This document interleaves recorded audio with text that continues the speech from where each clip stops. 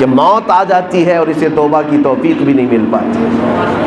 میرے عزیزو، اس دنیا میں ہم سب آئے ہیں ایک مختصر اور لمیٹڈ ٹائم کے لیے آئے ہیں،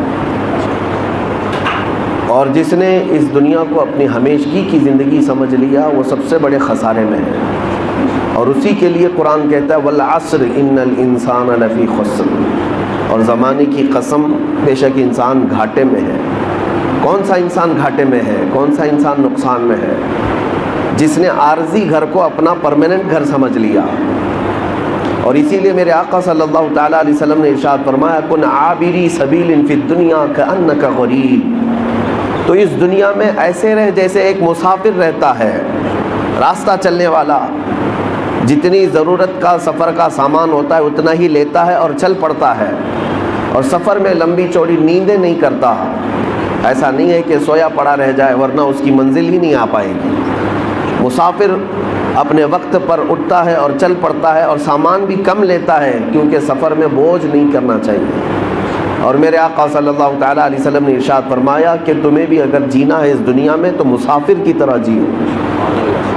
اور بزرگوں نے فرمایا کہ اس دنیا میں ایسا رہنا ہے کہ کشتی جیسے پانی میں رہتی ہے، کہ تم پورے سمندر میں جی رہے ہو، کشتی پانی میں چلتی ہے نا، لیکن اگر کشتی کے اندر پانی آ گیا تو سمندر میں وہ ڈوب بھی جاتی ہے، لیکن اگر سمندر کشتی کے اندر نہیں آیا، پانی نہیں آیا، تو کشتی صحیح سلامت نکل بھی جاتی ہے۔ اسی طرح سے ایک مسلمان کو حکم دیا گیا کہ تم یہاں اپنی ضرورت کے مطابق سامان لے لو اور چل پڑو، اور اگر اس دنیا میں مگن ہو جاؤ گے تو ڈوب جاؤ گے، غرق ہو جاؤ گے۔ مولانا جلال الدین رومی رحمۃ اللہ تعالیٰ علیہ فرماتے ہیں زمین پر شہد کا ایک قطرہ گرا تھا اور ایک چونٹی اسے چکھنے کے لیے آ گئی۔ ظاہر سی بات ہے میٹھا جہاں پر بھی ہو چونٹیاں ڈھونڈ ڈھونڈ کے آتی ہیں، وہ میٹھے کی دیوانی ہے۔ تو چونٹی آئی، شہد کا جو قطرہ گرا تھا، شہد میں چپچپاہٹ ہوتی ہے، چکناہٹ، تو اس نے کنارے سے ایک چسکی لی، اس سے ایک تھوڑا سا چکھا اور اس کے بعد چلی، لیکن پیٹ بھرا نہیں۔ چونٹی دوبارہ آئی، دوسری جانب سے تھوڑا سا چوس لیا، تیسری جگہ سے چوس لیا، وہ کرتی رہی اور جاتی رہی، پیٹ بھرا نہیں، ہر جگہ سے شہد کے قطرے کو چکھتی رہی۔ اور اس کے بعد چونٹی کے ذہن میں یہ بات آئی کہ شہد کے اس قطرے کے بیچوں بیچ کیا ٹیسٹ ہوگا، کیا مزہ ہوگا، ہم تو کنارے کنارے سے چکھ رہے ہیں۔ تو چونٹی نے اوپر چڑھنے کی کوشش کی، شہد کے قطرے کے اوپر، اور چڑھ گئی۔ بیچ سے اسے مزہ لینا تھا شہد کے قطرے کا، اور جب چڑھ گئی مزہ تو لیا، چکھ تو لیا، لیکن سارے اس کے ہاتھ پیر اس پر چپک گئے، شہد کے قطرے پر اس کے ہاتھ پیر چپک گئے۔ اب وہ نکالنے سے بھی نہیں نکلتے، یہاں تک کہ اسی میں اس چونٹی نے دم توڑ دیا، مر گئی۔ مولانا جلال الدین رومی مثنوی شریف کے مصنف فرماتے ہیں انسان کی یہی مثال ہے کہ دنیا کبھی ادھر سے چکھتا ہے، کبھی ادھر سے چکھتا ہے، اور سوچتا ہے کہ ادھر سے تھوڑا کما لوں، ادھر سے تھوڑا کما لوں۔ پھر ایک دن اسے احساس ہوتا ہے کہ بڑے بڑے پیسے والے لوگ کتنے ٹیسٹ میں ہیں، کتنے مزے میں ہیں، ذرا اس میدان میں بھی جا کر کے دیکھتا ہوں۔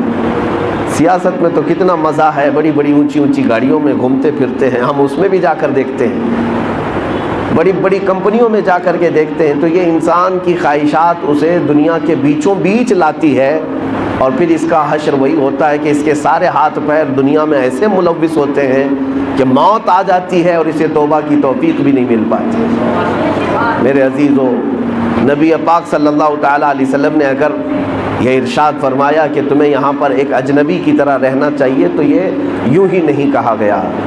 ہاں، میں اس کا مخالف نہیں کہ آپ کو کمانا ہی نہیں چاہیے، کماؤ، کروڑ روپے پر ڈے کماؤ، اگر کسی کی اتنی انکم ہے تو میں اس کا مخالف نہیں ہوں، لیکن مال جتنا بھی آئے تمہارے پاس اس بات کا خیال ہونا چاہیے کہ میرے رب کا سجدہ نہ چھوٹنے پائے۔ اگر اللہ کی عبادت کے ساتھ پر ڈے کروڑ روپے بھی آتے ہیں تو اللہ کی نعمت ہے تمہارے لیے، اللہ تعالیٰ کی رحمت ہے تمہارے لیے۔ اور اگر 100 روپیہ دن میں آتے ہیں لیکن سجدے اللہ کے چھوٹ جاتے ہیں تو یہی تمہارے لیے زحمت ہے، اللہ سے دوری کا سبب بن گئی تمہاری کمائی۔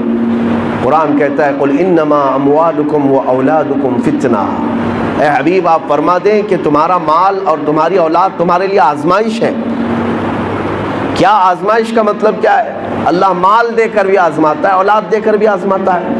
بسا اوقات انسان اپنے مال سنبھالنے کے لیے اتنا مصروف ہوتا ہے اسے نہ اذان سنائی دیتی ہے نہ نماز کا وقت ملتا ہے۔ یہ آزمائش نہیں تو اور کیا ہے؟ دکان میں حساب کتاب اتنا بڑھ گیا کہ اسے 5 منٹ نکالنے کی فرصت نہیں ملی۔ اولاد اللہ تعالیٰ نے دے دیا، اولاد کی محبت نے اسے ایسا غرق کر دیا کہ وہ اپنے بیوی بچوں کے محبت میں مگن ہو کر اللہ اس کے رسول کو بھول گیا۔